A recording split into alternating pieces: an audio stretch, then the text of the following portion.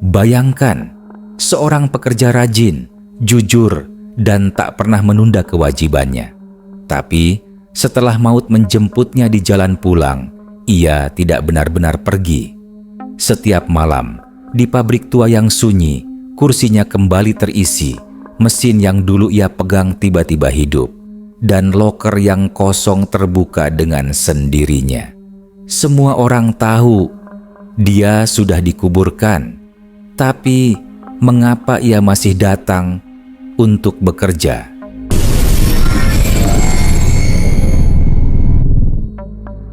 Tono, seorang pria berusia 35 tahun, dikenal di pabrik sebagai sosok pekerja keras dan jujur. Teman-temannya di pabrik tempat ia bekerja sering menyebutnya si rajin. Ia jarang terlambat, selalu membantu teman yang kesulitan. Bahkan tak jarang rela mengambil lembur meski tubuhnya lelah. Hari itu, suasana pabrik seperti biasa. Mesin-mesin berderu bising, pekerja hilir mudik dengan seragam biru dongker khas pabrik. Tono baru saja menerima gajinya sore itu. Wajahnya tampak lega, bercampur bahagia. Akhirnya bisa bawa uang pulang buat anak istri, katanya lirih sambil memasukkan amplop coklat berisi gajinya ke dalam tas selempang. Ia sempat duduk di bangku dekat loker sebelum pulang, menghela napas lega. Di sampingnya ada Rusdi, rekan kerjanya yang paling dekat. "Ton, habis gajian biasanya traktir dong," goda Rusdi sambil terkekeh. Tono tertawa kecil. "Ya nantilah Di, tunggu ada rezeki lebih. Anak istri di rumah masih butuh banyak." Obrolan singkat itu menjadi percakapan terakhir antara mereka. Malam mulai turun ketika Tono keluar dari gerbang pabrik. Ia mengendarai motornya melewati jalan raya yang cukup ramai. Hujan gerimis baru saja reda, aspal basah licin, lampu jalan memantulkan cahaya kuning pucat. Sesekali, mobil besar melintas dengan kecepatan tinggi. Tono melaju hati-hati, namun nasib buruk tidak bisa dihindari. Saat sebuah truk kontainer berbelok mendadak tanpa lampu sein, Tono yang tepat di sampingnya tidak sempat menghindar. Bruak, motor dan tubuhnya terpental keras. Suara rem truk yang berdecit panjang mengoyak malam, disusul jeritan orang-orang yang melihat kejadian itu. Tono tergeletak di aspal. Kepalanya berdarah, napasnya tersengal, matanya terbuka menatap langit yang kelam. Amplop coklat berisi gajinya terlempar ke pinggir jalan. Basah, terkena air hujan, bercampur darah. Dalam detik-detik terakhir, bibirnya masih bergetar, seakan ingin menyebut nama istrinya. Beberapa warga segera mendekat, namun terlambat. Nyawa Tono sudah melayang di tempat kejadian. Polisi dan ambulans datang, jalanan macet seketika. Teman-teman pabriknya yang mendengar kabar itu histeris, tak percaya. Keesokan harinya, kabar duka menyelimuti pabrik.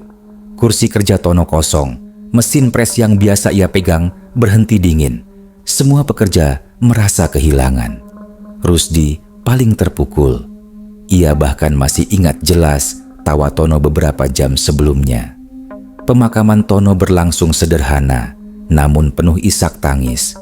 Istrinya meratap pilu, anak kecilnya memeluk erat baju seragam sang ayah yang sudah penuh bercak darah. Di liang lahat, tanah merah menimbun jasad Tono. Semua orang berdoa agar arwahnya tenang, namun tidak ada yang tahu. Perjalanan Tono belum berakhir. Malam pertama, setelah pemakaman, beberapa tetangga mengaku mendengar suara langkah berat di depan rumah keluarga Tono. Seperti suara sepatu kerja yang biasa ia kenakan.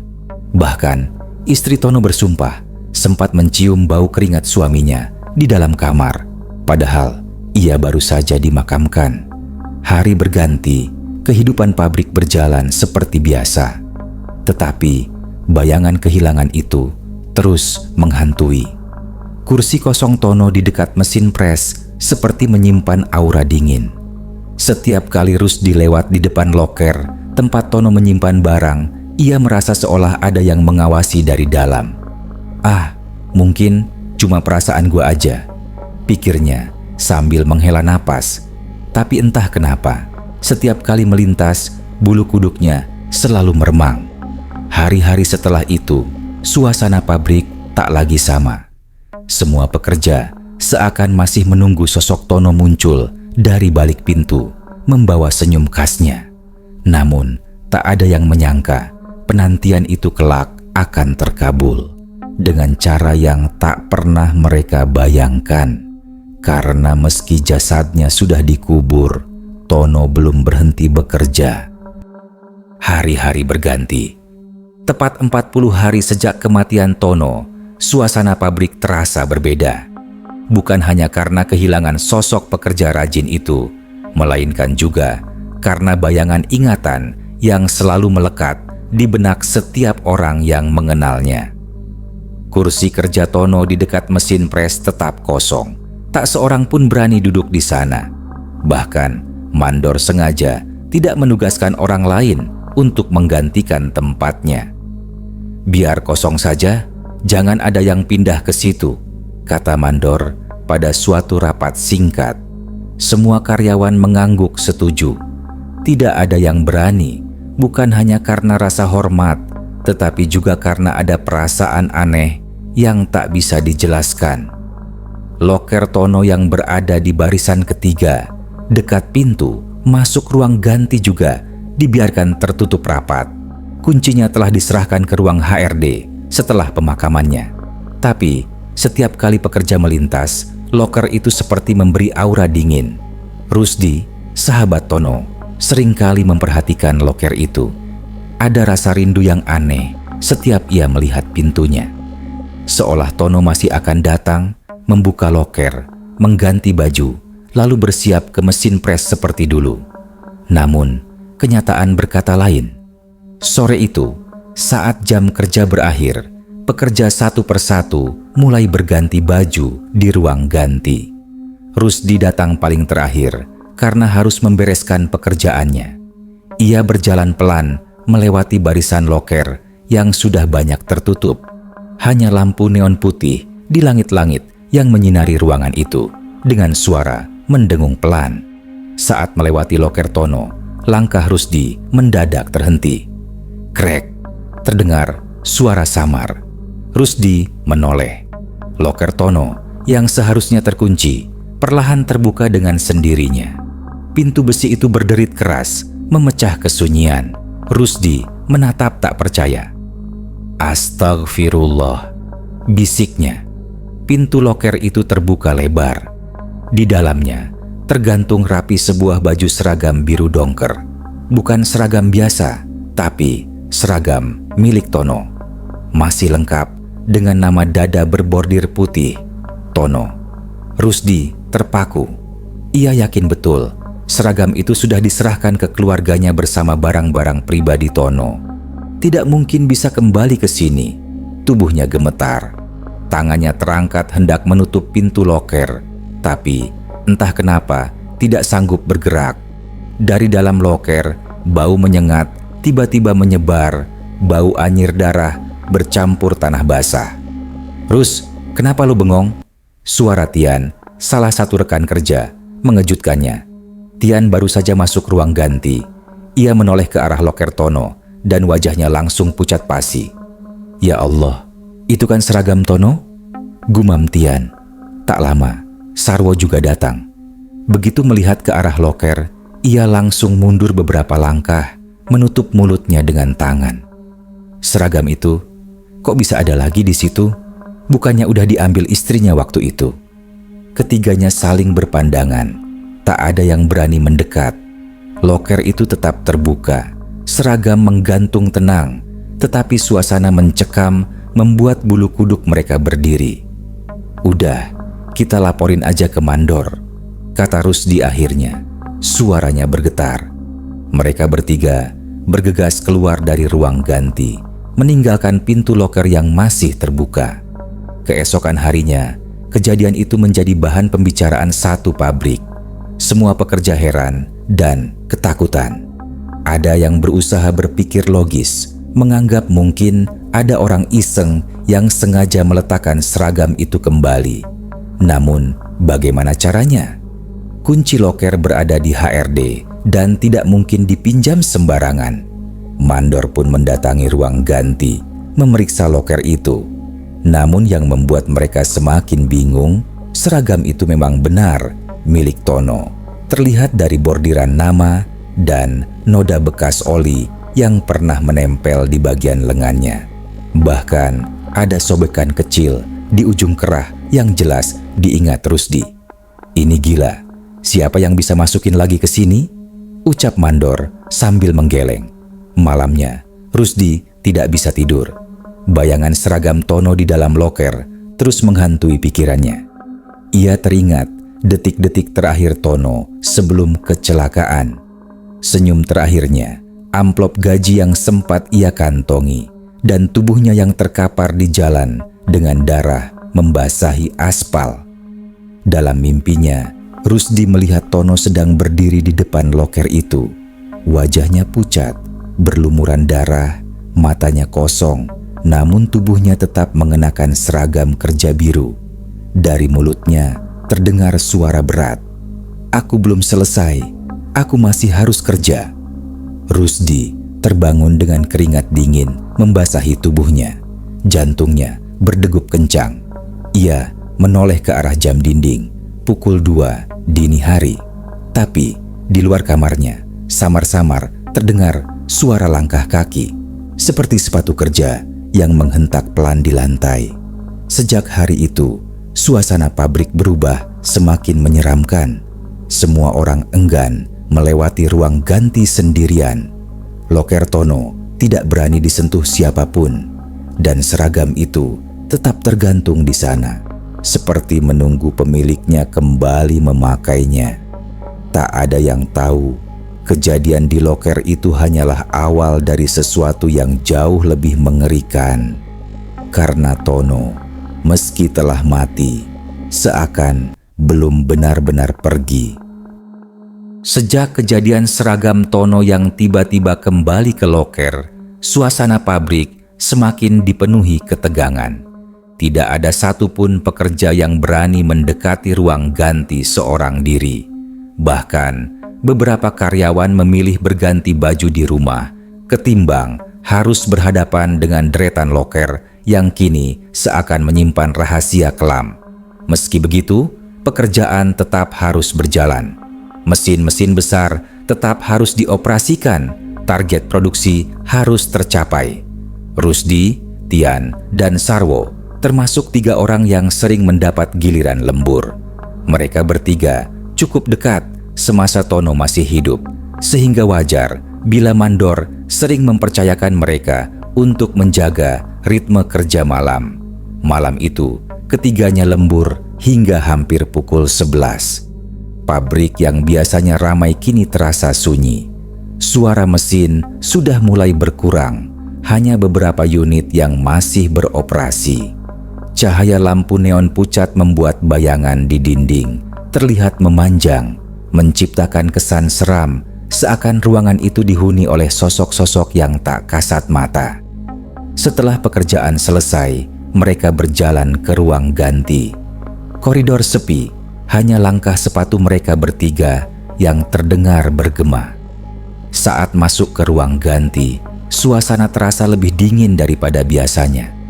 Entah karena pendingin ruangan atau ada sesuatu yang lain, tapi hawa itu menusuk sampai ke tulang. Rusdi yang berjalan paling depan tiba-tiba berhenti mendadak. Tangannya terangkat memberi isyarat. "Diam," bisiknya. Tian dan Sarwo sontak terhenti, saling menatap. "Kenapa, Di?" tanya Tian lirih. Rusdi menunjuk ke arah barisan loker. Dan benar saja, loker Tono yang seharusnya terkunci rapat kini terbuka sedikit. Celah pintunya menganga, menampilkan bayangan seragam biru yang tergantung di dalamnya. "Gila, kemarin kan udah dikunci HRD." Suara Sarwo gemetar. "Mana mungkin kebuka lagi?" Rusdi menelan ludah. "Kuncinya masih ada di ruang HRD. Gua sendiri lihat. Ini nggak masuk akal." Mereka bertiga maju perlahan, seakan ada sesuatu yang memaksa mereka untuk melihat lebih dekat. Pintu loker itu tiba-tiba berderit sendiri, terbuka lebih lebar. Bau aneh kembali menyebar, anyir bercampur dengan bau tanah basah dan keringat manusia yang sudah lama tidak mandi. Seragam Tono tergantung rapi di sana, bergoyang pelan seperti ada angin yang menggerakkan. Namun, tidak ada jendela terbuka, tidak ada kipas menyala. Tian menutup hidungnya dengan tangan. Astagfirullah, gue gak kuat sama baunya. Rusdi hendak menutup loker itu dengan cepat, tapi tiba-tiba terdengar suara lain. Dari arah kamar mandi yang berada sekitar 5 meter dari loker. Cetek, cetek, suara keran air yang diputar. Tak lama, suara air mengalir deras. Ketiganya sontak menoleh bersamaan. Pintu kamar mandi sedikit terbuka, dan dari celah itu terlihat cahaya lampu redup menyala. Siapa yang masih di sana? Bukannya udah pada pulang? Tanya Sarwo dengan suara bergetar.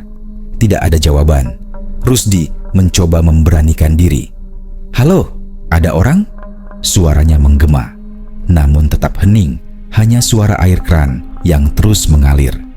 Tian menatap Rusdi dengan wajah tegang. Lo yakin bukan orang? Rusdi menggeleng pelan. Semua orang udah pulang, tinggal kita bertiga. Keheningan makin menekan. Mereka bertiga melangkah mendekati kamar mandi dengan hati-hati. Semakin dekat, bau tanah basah semakin kuat. Suara air yang jatuh ke lantai seperti menabuh irama kematian. Rusdi mendorong pintu kamar mandi perlahan. Krek, pintu itu terbuka. Di dalam, keran wastafel menyala penuh. Airnya bercipratan ke lantai. Tapi ruangan itu kosong. Tidak ada siapapun di sana. Sarwo meneguk ludah, wajahnya pucat pasi. Siapa yang nyalain? Rusdi mendekat dan memutar keran itu hingga mati. Begitu keran tertutup, suara tetesan masih terdengar. Tetes, tetes. Namun, yang membuat mereka membeku adalah air yang menetes dari wastafel itu bukan sekadar air biasa. Warnanya keruh, merah gelap, seperti bercampur darah. Tian mundur sambil menutup mulut. Ya Allah, itu darah. Darah. Seketika lampu kamar mandi berkedip-kedip, lalu padam sesaat sebelum kembali menyala redup. Dalam kilatan cahaya itu, mereka bertiga melihat bayangan samar seorang pria berdiri di pojok kamar mandi. Wajahnya pucat, baju kerjanya robek-robek, darah mengalir dari pelipisnya. Itu adalah sosok yang sangat mereka kenal. Tono. Rusdi hampir terjatuh. Tono? Bayangan itu tidak menjawab. Ia hanya menunduk, lalu perlahan-lahan mengangkat wajahnya. Matanya kosong, hitam pekat, dengan darah menetes dari mulutnya. Sesaat kemudian, lampu kembali padam. Cabut sekarang, teriak Sarwo. Mereka bertiga berlari terbirit-birit keluar dari ruang ganti, meninggalkan loker yang masih terbuka dan kamar mandi yang kini sunyi kembali. Nafas mereka tersengal, keringat dingin membasahi tubuh. Di koridor, mereka berhenti untuk mengatur napas. Wajah mereka pucat, mata mereka saling bertatapan tanpa kata. Rusdi yang paling gemetar akhirnya berbisik. Lo semua lihat kan? Itu Tono. Tian dan Sarwo mengangguk bersamaan. Mereka tidak butuh jawaban lagi. Malam itu, mereka tahu satu hal. Tono yang sudah meninggal benar-benar kembali ke pabrik ini. Sejak malam itu, pabrik bukan lagi tempat yang sekadar bising oleh suara mesin. Ia menjadi ruang penuh ketegangan, di mana setiap sudut menyimpan rahasia.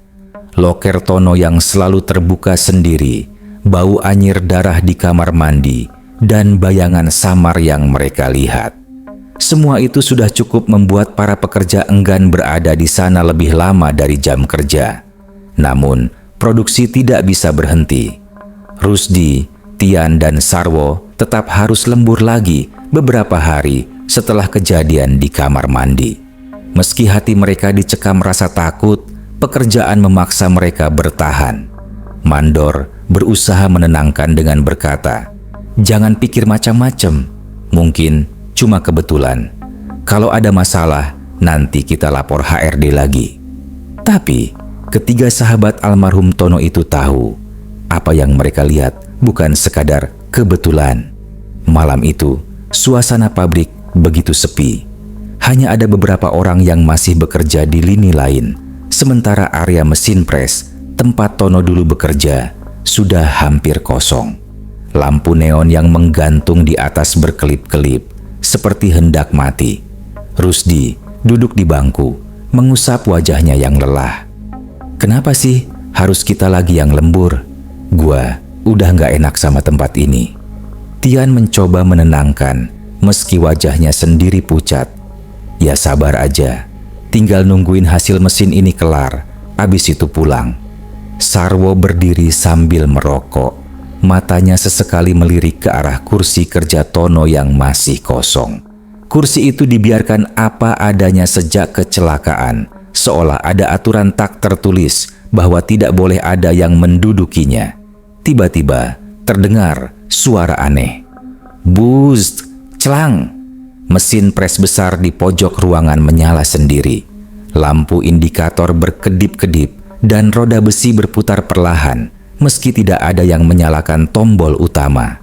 Ketiganya langsung menoleh. "Anjir, siapa yang nyalain?" kata Sarwo panik. Rusdi berdiri terpaku. "Nggak mungkin, itu mesin harus dipicu manual. Gue tahu betul, gue sering lihat Tono ngoperasiin." Mereka bertiga melangkah perlahan mendekat. Suara mesin semakin keras, dentuman logam bergema ke seluruh ruangan. Lalu, di balik kepulan asap tipis dari mesin itu, tampak bayangan seseorang duduk di kursi kerja.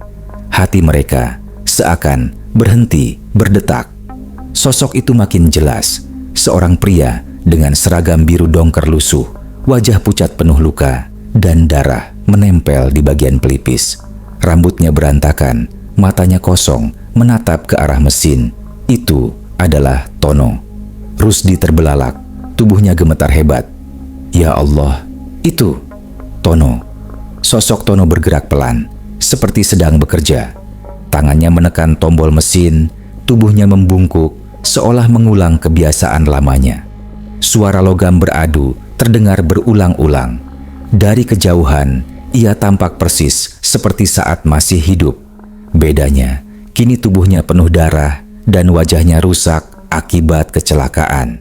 Tian mundur beberapa langkah, kakinya hampir goyah. Nggak mungkin, dia udah mati."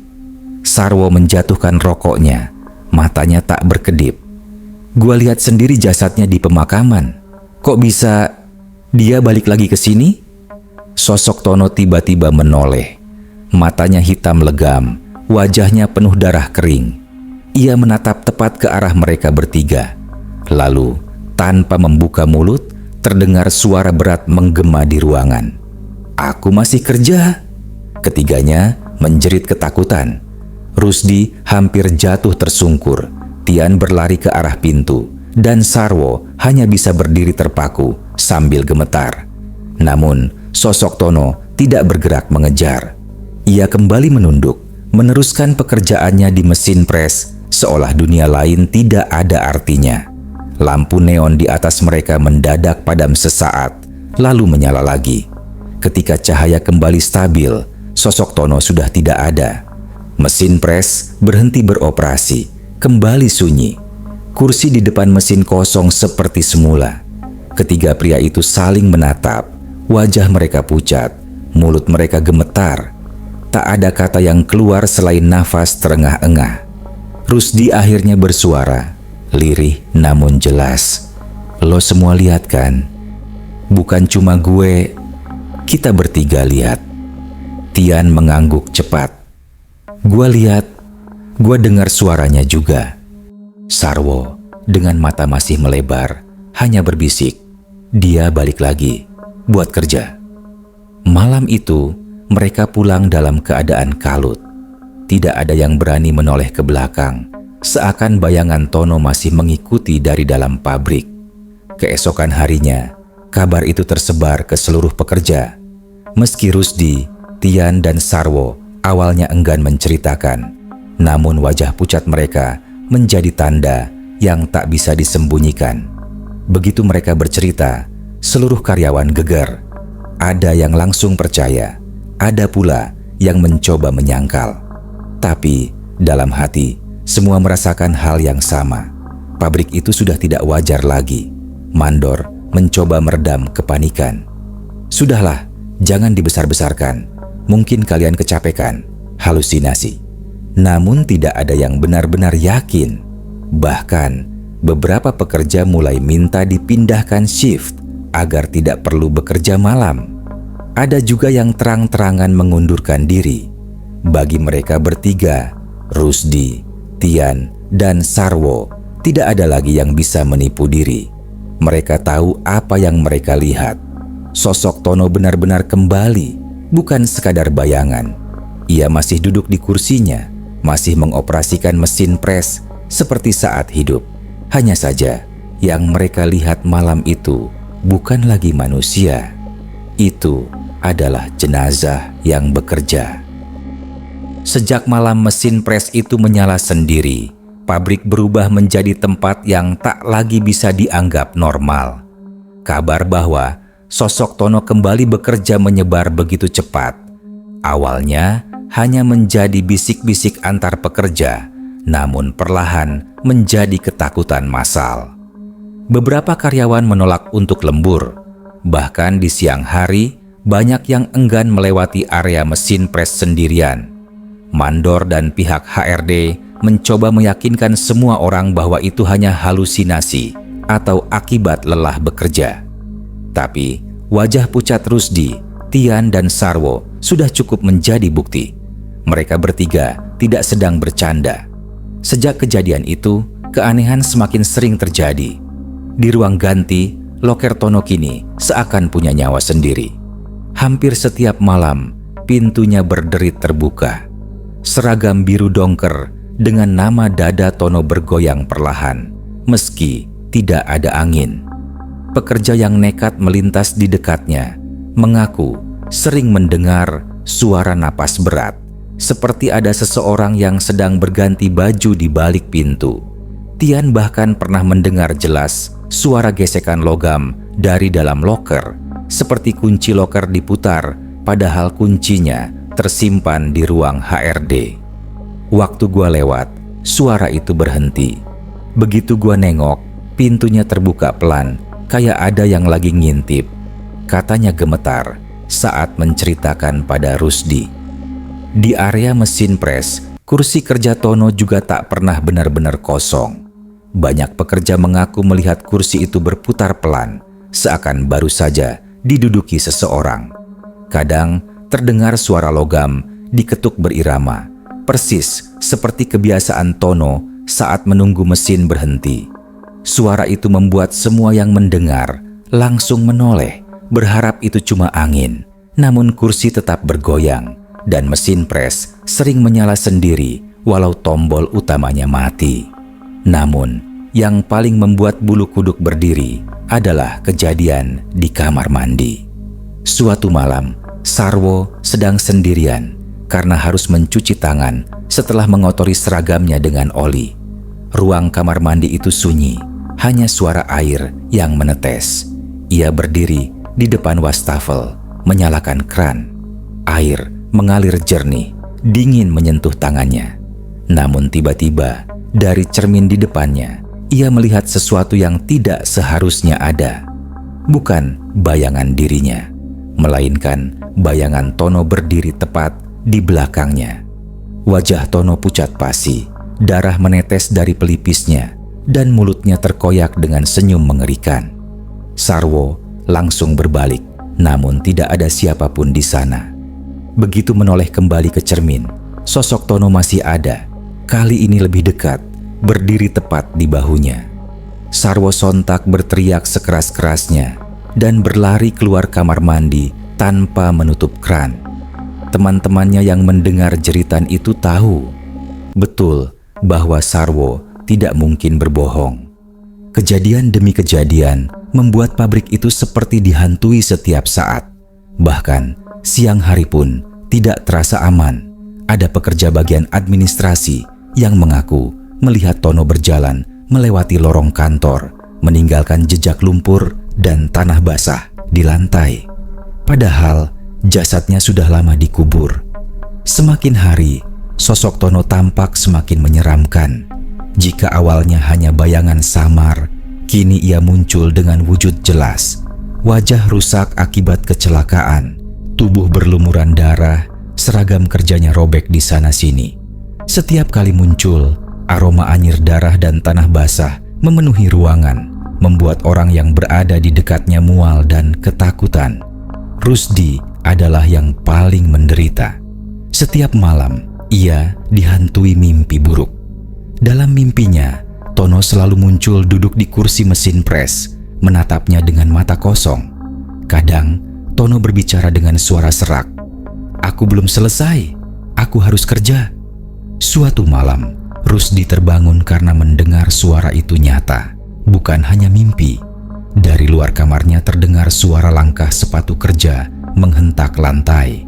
Ia berani membuka pintu sedikit, dan di sana, di ujung lorong rumah kontrakannya, ia melihat sosok Tono berdiri.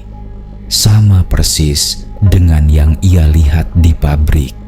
Seragam lusuh, wajah penuh darah, dan mata kosong. Sosok itu hanya menatapnya beberapa detik, lalu perlahan menghilang ke dalam gelap. Rusdi gemetar sepanjang malam. Ia tahu Tono tidak hanya menghantui pabrik, ia juga sudah mengikuti ke rumah. Kabar makin menyebar keluar pabrik. Warga sekitar mulai ikut resah.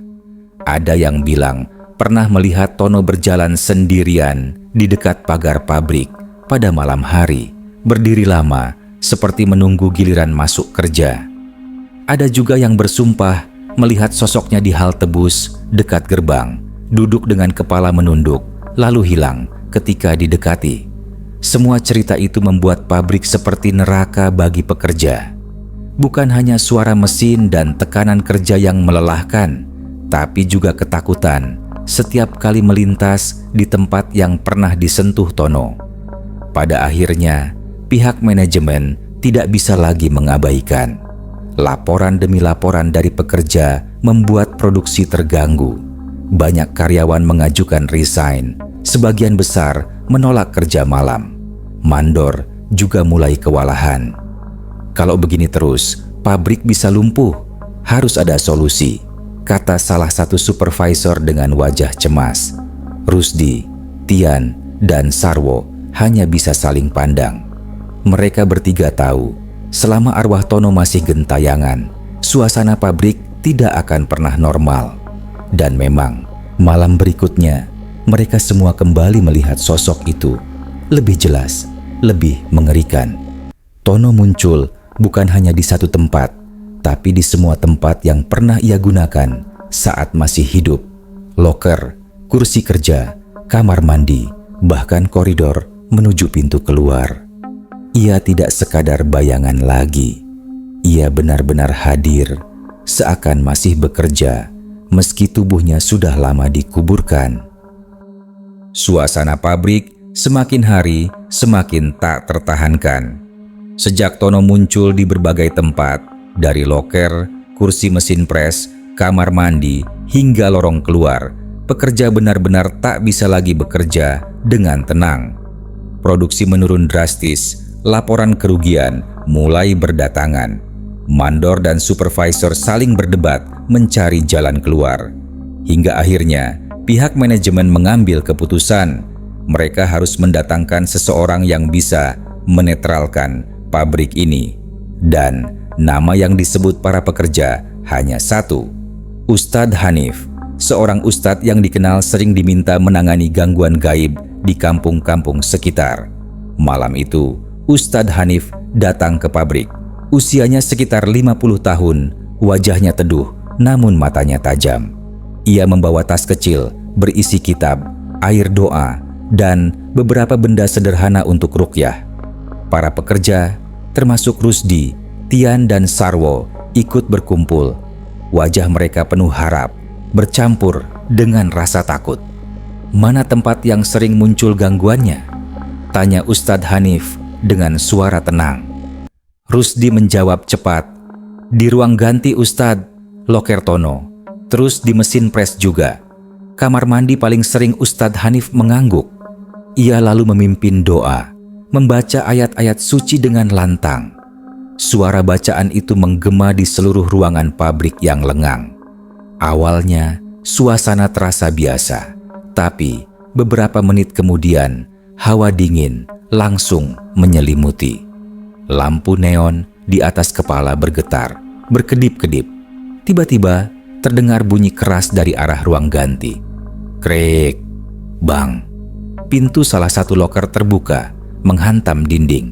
Semua orang terkejut, tapi Ustadz Hanif tetap duduk tegak, meneruskan bacaannya. Dari dalam loker itu, bau anyir darah menyebar kuat. Seragam biru Tono bergoyang keras, seakan ditarik oleh tangan tak terlihat. Para pekerja mulai panik, beberapa mundur ketakutan. "Tenang, jangan lari. Kalau lari, dia makin kuat," kata Ustadz Hanif tegas. Saat itulah terdengar suara berat menggema di ruangan. "Aku belum selesai, aku masih harus kerja." Suara itu jelas, menyerupai suara Tono. Semua orang membeku. Rusdi merasa lututnya lemas, Tian memegangi bahunya, dan Sarwo berkeringat dingin. Lampu neon padam seketika, menyisakan gelap total. Dalam gelap itu, samar-samar terlihat sosok Tono berjalan dari arah loker. Seragamnya lusuh penuh darah, wajahnya hancur dengan luka parah, mata kosong menatap ke depan. Ia berjalan lambat ke arah mesin pres, lalu duduk di kursinya. "Ya Allah," desah Rusdi, suaranya tercekat. Ustadz Hanif maju beberapa langkah. Ia berdiri tak jauh dari mesin pres, menatap sosok itu.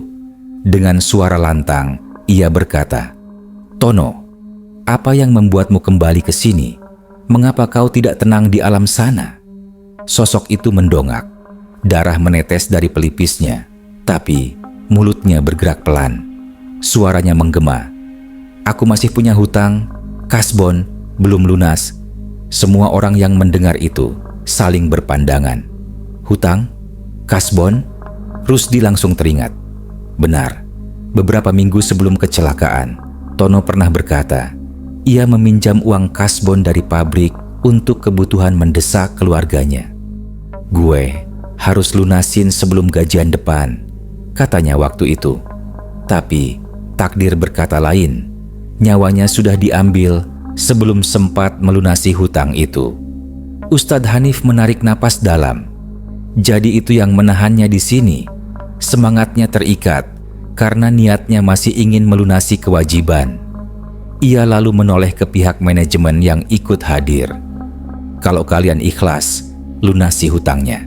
Arwahnya akan tenang. Kalau tidak, dia akan terus datang." Suasana hening. Supervisor dan HRD berbisik sebentar, lalu mengangguk. "Baik Ustadz, kami ikhlas melunaskan hutang almarhum Tono. Tidak usah dibayar lagi." Begitu kata-kata itu terucap, sosok Tono mendadak berhenti bekerja. Tangannya yang tadi sibuk menekan tombol mesin pres terhenti. Ia menoleh perlahan ke arah para pekerja. Wajahnya masih pucat, penuh darah, tapi sorot matanya berbeda, lebih tenang. Rusdi menatapnya dengan air mata mengalir. "Ton, istirahatlah. Kami semua udah maafin. Hutang lo udah lunas." Tono berdiri dari kursinya.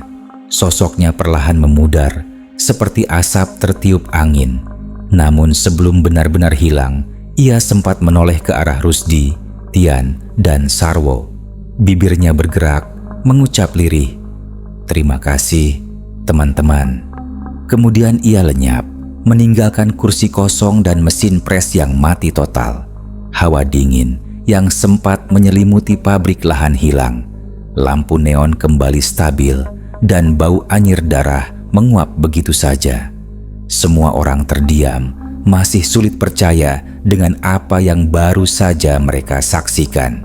Ustadz Hanif menutup kitabnya lalu berkata, "Sekarang pabrik ini sudah tenang. Tono sudah pergi. Ingatlah, kadang yang menahan arwah bukan hanya dendam, tapi juga urusan dunia yang belum selesai. Kalian sudah membantu menyelesaikan urusannya malam itu." Para pekerja pulang dengan perasaan campur aduk, lega, takut, dan juga sedih. Kursi kerja Tono tetap kosong selamanya, namun kini tidak lagi menakutkan, melainkan menjadi kenangan. Beberapa hari kemudian, suasana pabrik kembali normal. Tidak ada lagi suara loker terbuka sendiri, tidak ada lagi keran yang menyala tanpa orang, dan tidak ada lagi bayangan Tono di kursinya. Tapi bagi Rusdi, Tian, dan Sarwo, pengalaman itu akan selalu membekas seumur hidup. Mereka percaya kisah Tono bukan sekadar cerita seram.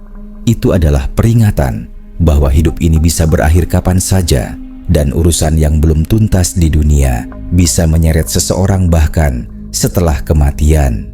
Dan bagi semua pekerja di pabrik itu, nama Tono tidak akan pernah hilang dari ingatan. Bukan hanya karena ia pekerja rajin dan jujur, tapi juga karena ia adalah jenazah yang tetap bekerja demi sebuah hutang yang belum terbayar. Pada akhirnya, pabrik itu kembali tenang setelah hutang seorang pekerja jujur dilunasi oleh pihak manajemen. Namun, bagi mereka yang pernah melihatnya, bayangan Tono di kursi mesin pres tak akan pernah hilang dari ingatan.